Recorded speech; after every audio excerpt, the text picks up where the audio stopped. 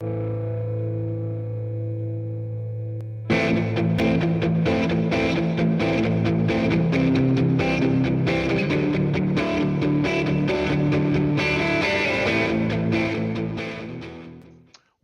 to another awesome episode of Detections. I'm your host, the BSD Bandit. Ow! Along with an Exile Atreides. Sorry, I've been feeling a little under the weather, and it's been a week. Yeah, same here. It's been an interesting week, interesting but adventurous week. But we're here. We made it. It's over. We're gonna wake up tomorrow and breathe once again. That's it. That's the hopefully. Goal. Yeah, hopefully. That's the goal, though. That is the goal. Oh God! I just in my whole head, I just had this whole conversation with the goal being like, as long as like a nuclear missile doesn't go off, and we're just like dead in our sleep through something like that. Which reminded me of an article that I read recently about how the U.S. was able to successfully blow up an ICBM. Oh wow! In space. So they did a test launch against a missile defense system. And so they were able to successfully stop a potential incoming missile. And the article was saying that this is actually a bad thing. Because part of what's held the nuclear programs in check has been mutually assured destruction. Right. But the moment one of those nuclear powers has a successful defense system, there is no longer mutually assured destruction. Huh.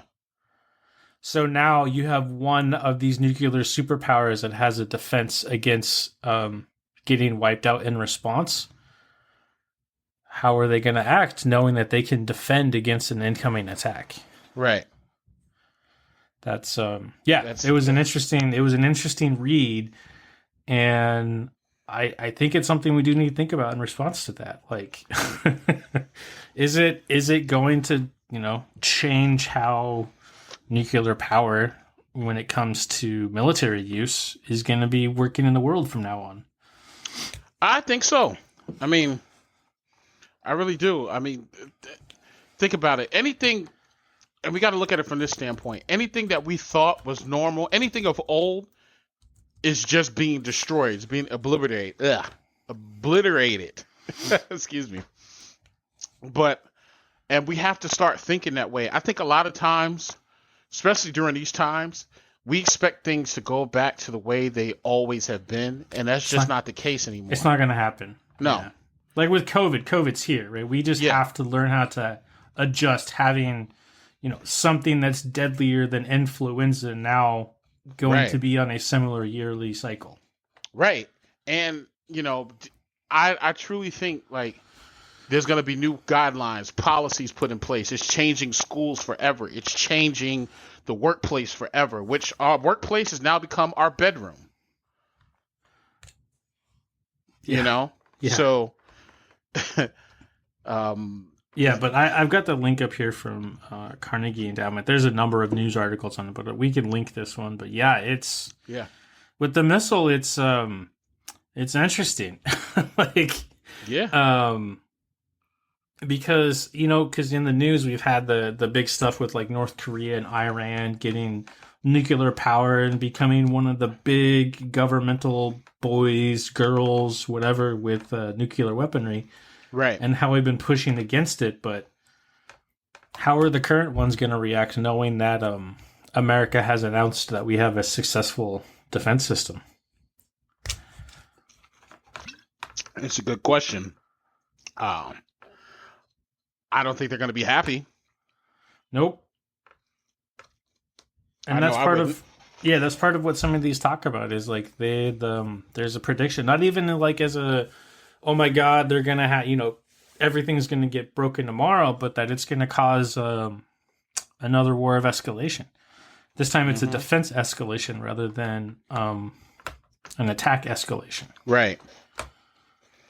So, I mean, it's going to be, it remains to be seen what's going to happen. And I guess it just does continue to prove that war in the military still is a huge source of money. Yes, it is. Yeah, so enough of that. I mean, what else is going on? Do you have anything cool to share? Like, I don't know, maybe some like presents or cool things that have happened? Oh my goodness! So it's several cool things that's happened. So I want to personally give a shout out to all the Secret Santas from DPS to Hacker Secret Santa. I did receive a couple of things today from the Secret Santa. One being a Nintendo the game console book. It's like photographic history from Atari all the way to Xbox. Nice. That sounds pretty cool. Yeah, so I'm definitely excited to get this gift from my Secret Santa, and of course I'm going to tweet it out later on with everything that I received. Also, I received an awesome Unix T-shirt. An awesome Unix T-shirt, and this is all part of the Secret Santa. I mean, this is good stuff. I got a little mini Stewie plush doll. For those nights when you need a little extra comfort in bed. Yep, because Brian's been a good boy. And then I have some Cyberpunk playing cards. What do you mean Cyberpunk playing cards? I gotta look at this. Cyberpunk playing cards. I gotta look at them because I have the game and I'm looking forward to spending at least one day this weekend doing nothing but playing Cyberpunk 2077. Oh, I will send you the pic after our show. Ow! I don't have my phone with me right now. It's probably in the other room somewhere. Oh well. Are they purple? No, they are actually was black on the back. Oh. Yeah, I'll send it to you. I'll definitely show you the pic, but yeah. But pretty cool. Got those cards. And I got a shout out to Dead Pixel Sec for the challenge coin. So I got a Dead Pixel Sec challenge coin. I also got a couple of stickers too. Dead Pixel Sec. Oh my goodness. I have an open BSD. Oh my, you know what? Somebody was generous enough to send me an open BDSM sticker. Open BDSM. What? I mean, yeah. Are we going to get a little personal in the show today? Oh my goodness! It's Puffy. Puffy's the open BSD mascot with a gag ball in his mouth. I don't even know what to say to that, but you should always make sure that's in camera for the work meetings. Yeah. Never like, oh, what's the excuse me, BSD Bandit, what are you into? What do you mean? You have an interesting sticker in the background. It's my next project for the Build-A-Bear. Mm-hmm. The gag ball gallows. But anyway, let me behave myself. But yeah, those are the cool gifts that I've gotten. I've also gotten a couple of keycaps, new keycaps today that I actually ordered. So I have the keycap for Fallout Boy, Futurama, and a flaming skeleton. So you just hit the Fs. That's what that sounds like. You're like, I'm only getting 3 this month, and I'm on F. Yep. And I got a couple of new T-shirts that came in. Well, as everyone saw today on Twitter with the pro wrestling one. So Monday's going to be pretty fun if it comes in. And I can't tell you what it is, but when you see it, you can be like, oh my goodness. This guy here. Yeah, it's... Yeah, I try to keep it as fun as possible. Nice. We're gonna call this winter retro now. We've done summer retro. We're just gonna bleed all into 2021. Take it to the next level. Enjoy while we still got it. Cheers. That's just gonna be your brand from now on. It's just retro, right? Retro BSD. I'll take it. I can't wait to wear this Unix T-shirt tomorrow. It's gonna be fun. But yeah, so those are all the cool things that I've gotten, and this is all in one day. So it makes the day that much easier. It's an early Christmas, is what that sounds like. Yeah. But since we're talking about, well, not even Christmas, but just adventurous weeks, I figured we hop into some news. We're going to hop into news, and you don't want to hear anything from me first? We're just going to... You know what? See? This is what happens. See how the adventure week is? I'm just putting the cart before the horse today, and it's terrible. I mean, I didn't have Christmas today. I did, though, this week get a new lens for my Sony camera. So that is Christmas. Sigma 2470. I got it specifically to do low light and nighttime photography. Uh-huh. And since I got it, it's been overcast or cloudy the entire time here. And what's really sad is because the our star that provides the warmth, our sun, right, has been in a low to no solar flare sunspot season for a while, and it's just come out of that, and it had a really huge solar flare recently. And there's the potential in Oregon where I live where we can pick up some of the aurora borealis as those particles interact with the atmosphere. Right. And I'm like, no, I want to do this, but I think I'm going to miss it because we've had cloud cover. Unless I try to find like a clear space in Eastern Oregon and do like a 5-hour drive out into the middle of nowhere. Oh my goodness. Well, you should do it.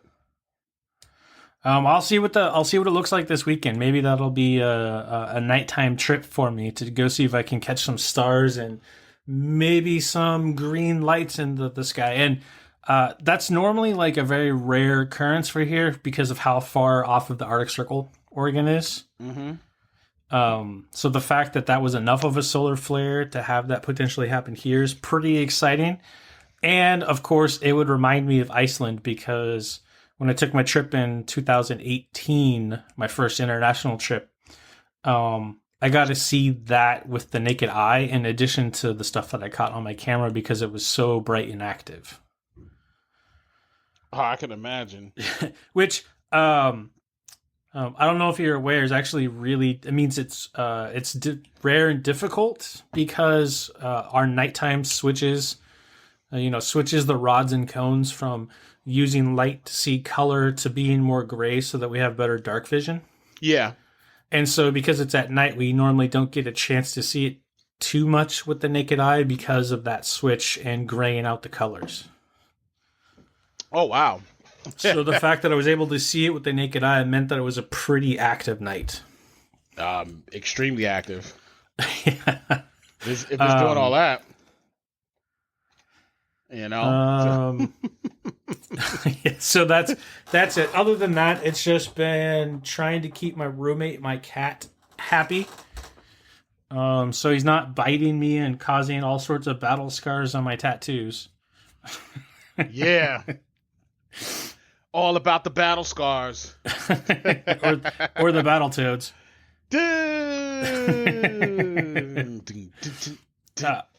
Anyway, so yeah. So news. You're talking of news. We had since we last recorded, we had a couple of pretty big things come up in the news. Mm-hmm. Yes, we did. I think we should jump into my personal opinion, which is the lesser of the two, and talk about the breach that FireEye publicly disclosed. Let's do it. So, what do you know about this? Well, I know, and I haven't dug into, like I said, this week's been extremely adventurous. I haven't really dug too deep into the whole FireEye situation. As much as I know is that they've gotten breached, they got hacked, and of course, everyone on Twitter went into a frenzy and coming up with their own in the personal... InfoSec little corner, which in the grand scheme of things isn't that big of a frenzy. But it was a topic that everybody was talking about. Yeah. Some people were making fun of the company for getting hacked and everything else, and not realizing, and this is just my take on it, not realizing that can happen to any one of us. That can happen to any company. No company is exempt from being hacked, and that's just the way. That's just the honest, brutally honest truth. Yeah, I mean, I totally agree. I was just going to make a comment about, of course, some people started making fun of them because we have there's like two sub communities in InfoSec that I've noticed. There's the ones that are like supportive, try to teach, try to mentor, try to be inclusive and compassionate. And then there's the other side that just wants to find any excuse to point the finger and sound like Nelson from The Simpsons. Mm-hmm. And go. Yeah, exactly. Mm-hmm. So I also, because of an interesting week, haven't dug too much into it. But what I did read was mostly that a bunch of their like red teaming pen testing tools got taken. So, I did hear that, though. I did hear about that. Yeah. They were saying most of the stuff was already available in the Commando VM. A lot of it was open sourced already. I believe it. And it was a collection of scripts to frameworks. There was some proprietary stuff that they used. They were saying that they haven't seen anything used in the wild yet. Mm-hmm. But I think an area that I haven't dug into yet was some speculation about the stuff that they're not telling us. Like, was there any of their like TLP red intelligence reports that got taken? I haven't seen it. I haven't seen it. Yeah, there's no word about it, but that's part of some of the speculation that I've seen. Like, if there's a threat that came from the breach, was if anything like their TLP red intelligence reports also got taken out of the network. Wouldn't surprise me. That's a pretty juicy target, right? Yeah. Especially now, I do want to say though, that even though I just got done dogging on people who are pointing the finger and saying Nelson, so when I read these reports, I still have my corporate bullshit meter that goes off when I read these. Yeah. And when I was looking at the one that they published directly, and they said sophisticated APT.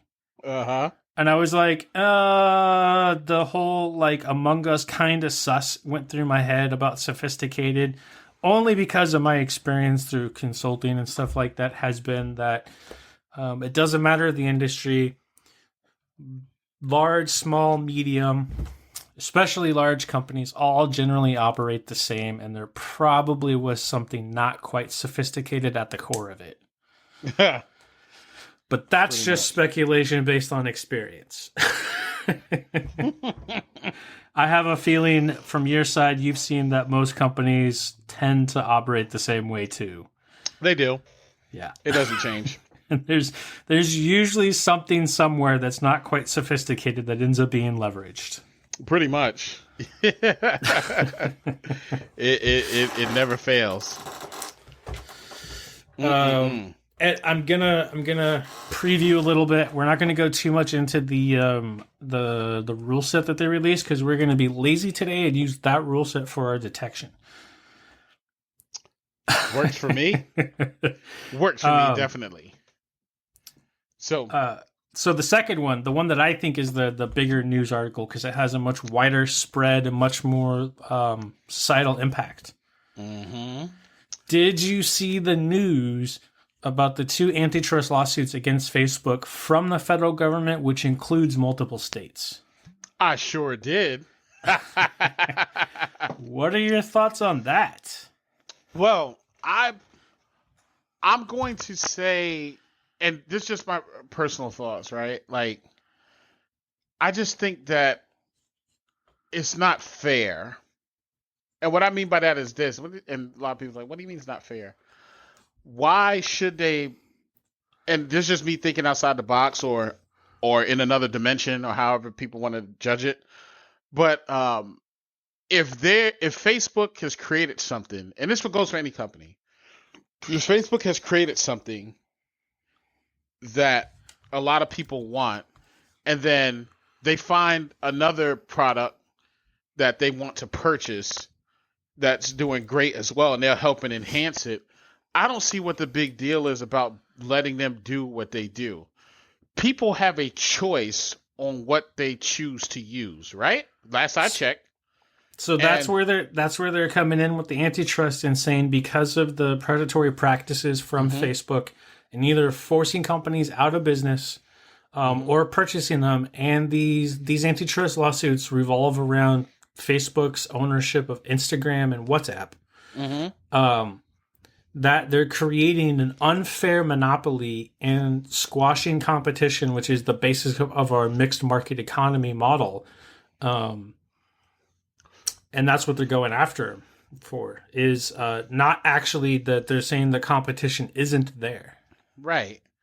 And that's something, and again, audience, forgive me, because I just never understood that rule, and I'm learning. And I just personally never understood it. That's just like, okay, me and you are in business and we make the best doggone ice cream. I mean, the ice cream is phenomenal. It's better than Breyers. Like, see, and in your right there. So in your analogy already, you're saying it's better than Breyers, which is inherent to competition. Now, let's say you made ice cream, best or not, doesn't matter. You either put out a business or purchased every other ice cream company and only sold yours. So there is no competition and no choice. I see what you're saying. It's all about choice. Yeah. So that's what the government's coming after Facebook, is they're saying when it comes to social media and a lot of the data and privacy information that they get access to through social media, that since Facebook has purchased Instagram and WhatsApp, there's no real competition in the market. That's true. I mean, think of another social media platform that has lasted and has, Twitter, that's not really the same kind of social media platform, is it? Or is Twitter really a Facebook competitor? I'll put it to you this way. I think it can be. But is it, right? So we're talking about law, legislation, and policy. No, it's not. More people have a Facebook account than they do a Twitter account. But does it offer the same kind of service, right? So we're looking service for service comparison. No, their services are different in a way. Because here's the thing. Character limitation, for one. Okay, character limitation for one. Services and features, too, right? So Facebook, you can have groups. You have a whole bunch of other stuff like that. And Twitter is really just a single feed. Yeah. A single feed, but and two, really recently allowed videos. And I mean, pics have always been there, but they had to be a certain size. But it's like they expanded. Yeah, they have been expanding, right? So that's part of what's going to be fun with this. And if we can look back at history with like the antitrust lawsuits against Microsoft that forced them to break up parts of the software and break up parts of the company, it isn't so that that case never actually got settled in court. They settled out of court in order to do that.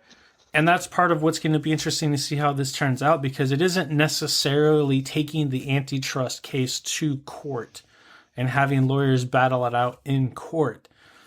It is what the federal government can kind of force from private companies while under investigation, because these things can take years to complete. Judges can levy temporary injunctions against certain things until the investigation is complete. There's a lot of big potential impact with this. I believe it.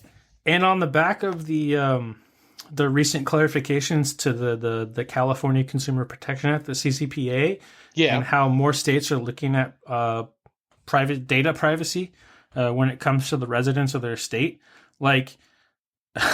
It's an interesting mix of everything that's happening between legislation getting on the books and getting voted on and this antitrust. So I have a question. Yeah. So does this mean that we're going to see the Mark Zuckerberg scared face again on CNN? We could only hope. Because that face was hilarious. It's like he had no soul. And then he was like, so what do you mean? Answer the question. I mean, many people would think he doesn't have a soul, not like he doesn't have a soul, that it's a matter of fact rather than conjecture. But yeah, I can't wait to see that on CNN again or CNBC or whatever. When they're running it, and it's like, Zuckerberg.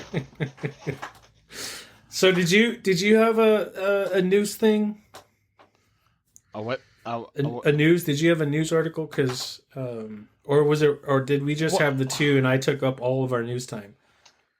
We had well, I wanted to point out there, and I just saw this breaking news. Well, it's not really breaking news. So pretty much Starbucks, the Starbucks and I just saw this the Starbucks app got breached. Really? Yeah, I literally and before I let me confirm this now because I literally just glanced and I'm like, okay, is this really like did this really happen? And I should be able to tell you in a few seconds because see, everyone listening, using internet searches is always relevant in this industry. I literally just saw that. Okay, maybe not. I literally just saw this. This is crazy. What are you dreaming this up? Like, is this a glitch in the matrix of our simulation? You know what?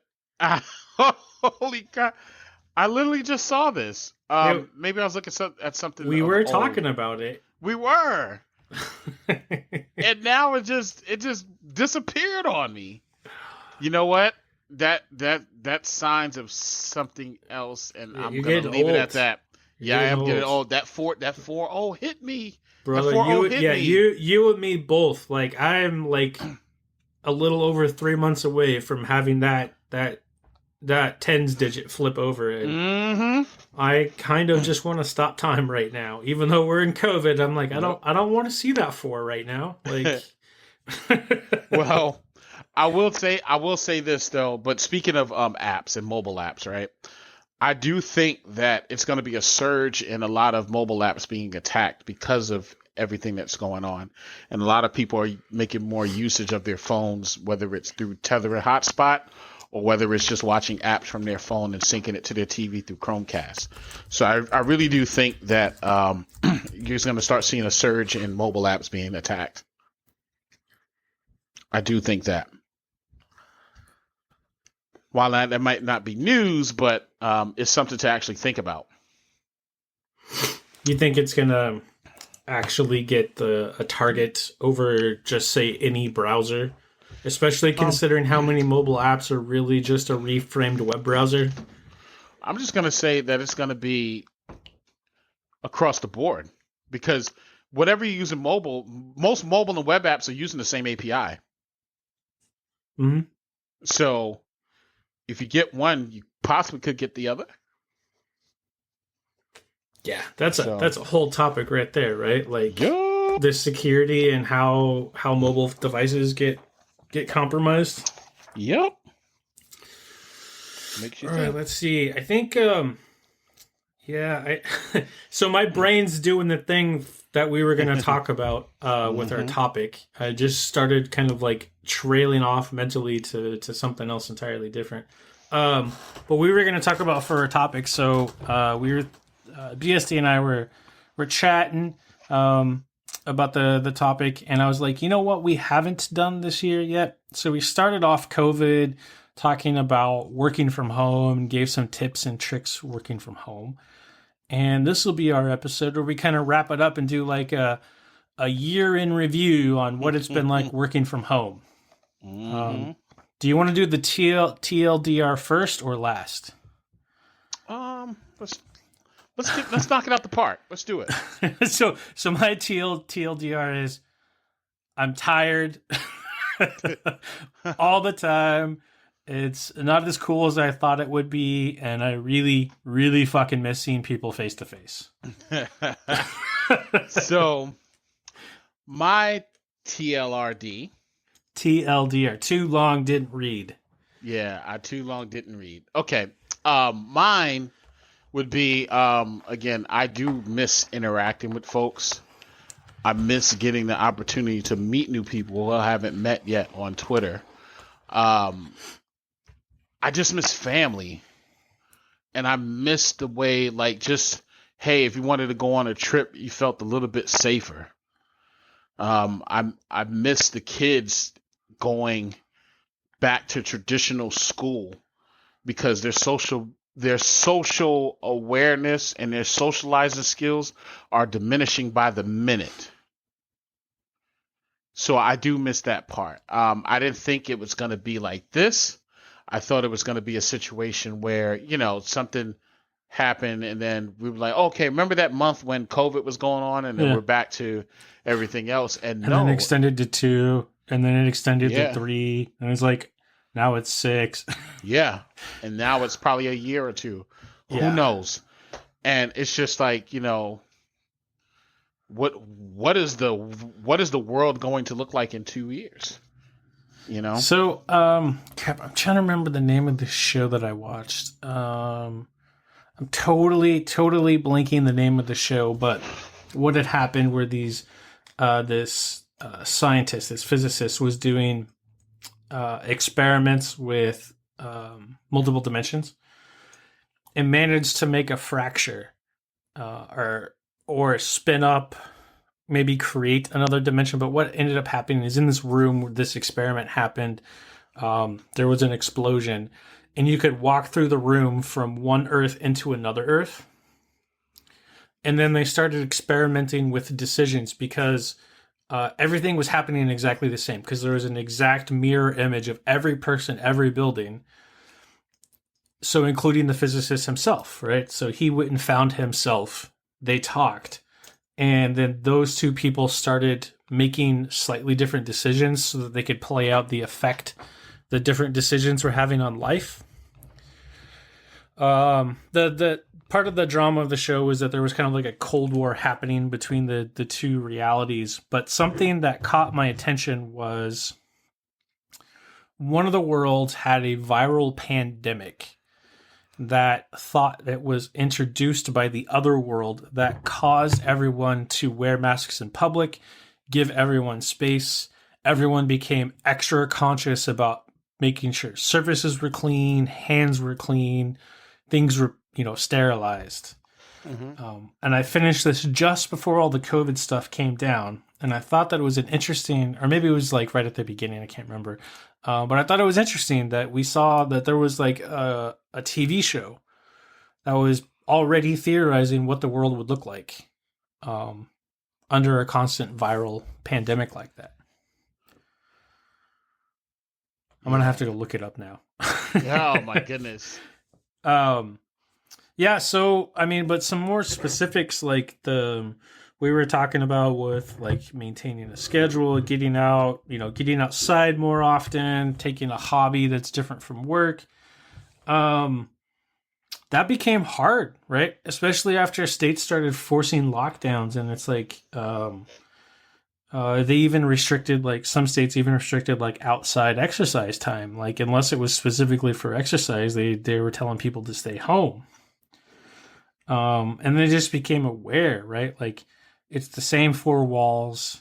Being single, like I didn't even have like kids or a significant other to spend time with. It was just a cat and I.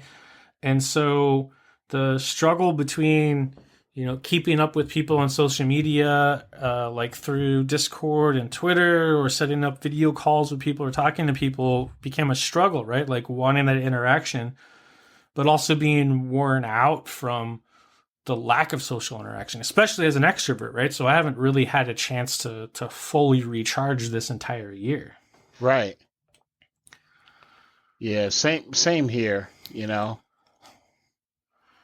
Yeah, like that's a real thing, right? So a lot of people, I think a lot of people in information security tend to be more true introverts where they can recharge and, have the energy to get stuff done when they're alone reading books. But you and I, like, we need that social interaction. We need to feel the energy of people around us. Yeah, definitely do. Definitely do. So did you have anything that worked out as expected from the beginning? Like some of the habits that you put in place that worked out as planned? Maybe did you learn something that you didn't even think about before? I learned how to be more creative. Excellent. How'd you do that? Creative. Like I said, spending more time like just reading, spending more time, of course, with my family as well too, just learning their, pretty much taking time to learn together the ups and downs of everything that's going on here. And also too, just learning more creative ways to actually expand on my career. Mm-hmm. Like I said, I've always been a tech person, and like I said, it forced me to spend more time doing more like keyboarding stuff and keycaps and everything else, and really getting into different aspects other than just security, and actually taking the time to enjoy nature more as well too. Yeah, I think that's a big thing, right? The enjoying nature. I've had a number of people who've even brought that up with me recently who before were okay just staying indoors and not getting outside and seeing trees or smelling air, who were saying like, I really just miss nature. Yeah. And I mean, that's pretty much it,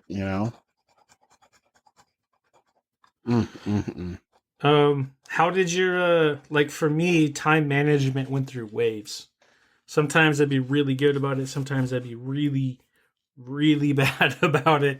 How did that go for you? Like, how did that end up working out as like a year-end review? Time management year-end review is just kind of like the same, just more stuff, I mean, it's forced me to get a little bit better with time management, that's for sure. That's good. That's positive. Mm-hmm. It's a net positive. Yeah. I know I've talked to a number of people who've picked up bullet journaling in response, and they say that that's been really helpful. Okay. They like will handwrite out. So look it up. Like it's definitely something to dig into, but basically it's you end up taking like a blank journal and designing your own planner in it every day or every week and filling out your schedule and using it to keep notes. And right. That way, if you're inspired to do something creative or whatever, you have the space for it also. And that's had positive results for people. I know another cool thing that I've heard from people is that they've actually gone back to therapy or started therapy in order to deal with it, with some of the stuff that they're having come up with COVID, and they've been having really good positive results from that, which is diminishing my excuses to not do it myself. I hear you. Oh my goodness.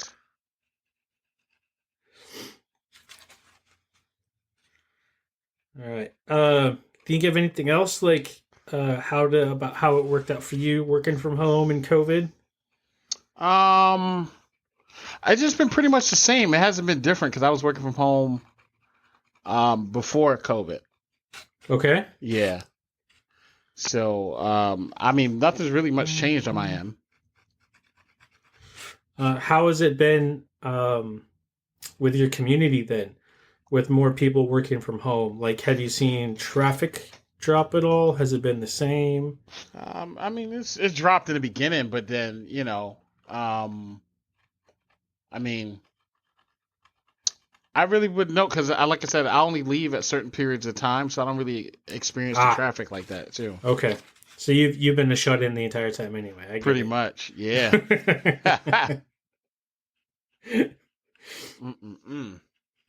So, all right. So we're going to do this. What if you were going to make yourself some work from home goals right now? What would they be? What would they... I'm putting you on the spot, I know. To work from home, what would they be? My goals? Yeah. Just pretty much a better exercise plan. Okay. Better exercise plan. And I can refine my time management more too. I would say that. So, those would be the two more goals. Honestly. Okay. That's good. Yeah, for me, definitely better exercise plan too, because it's easy to get when you're. It's easy to get caught up in just doing stuff or not doing stuff and forget that. Like, you just end up on a task doing work from home, and before you know it, it's 6 hours later and you haven't moved. Yeah. um, and forcing myself to get outside again more. I did start slacking on that through a few various things, but ensuring that I get back out in nature, even if the political activism stuff swings back up again in Portland. Got you. For a while, that was my outside time activity. Yeah.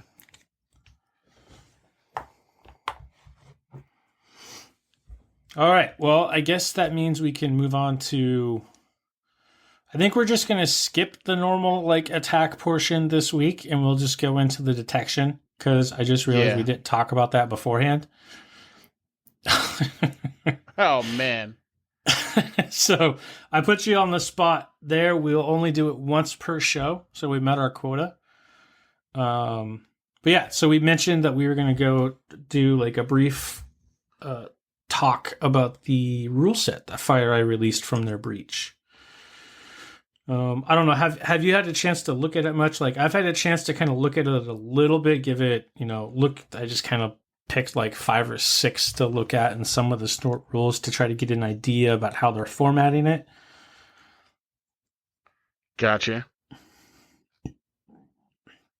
So definitely take a look at this. There's a ton of information there because they released Yara rules and snort signatures for a lot of the stuff.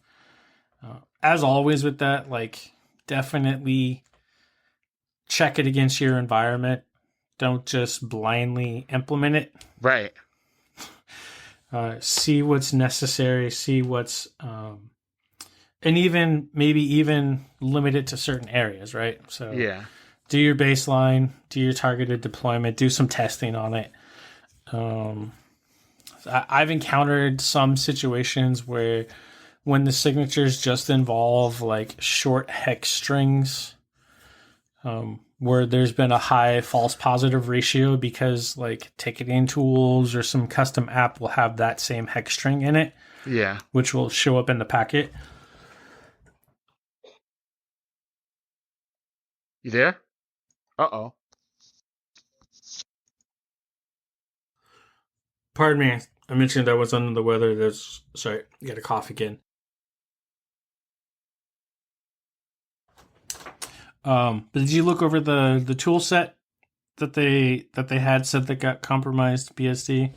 I was just gonna ask if you'd had a chance, if you've worked with any of the tools.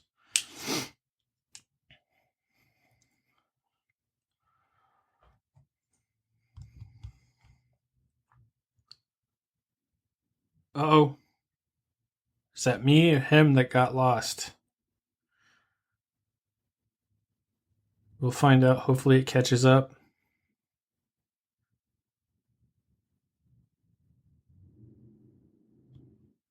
Oh, we lost him. So we'll take that as an opportunity.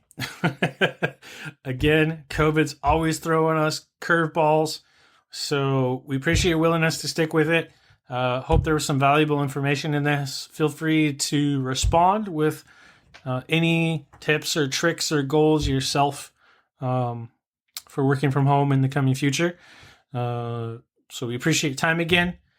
And as you're out there doing your thing, living your life, go forth and find badness.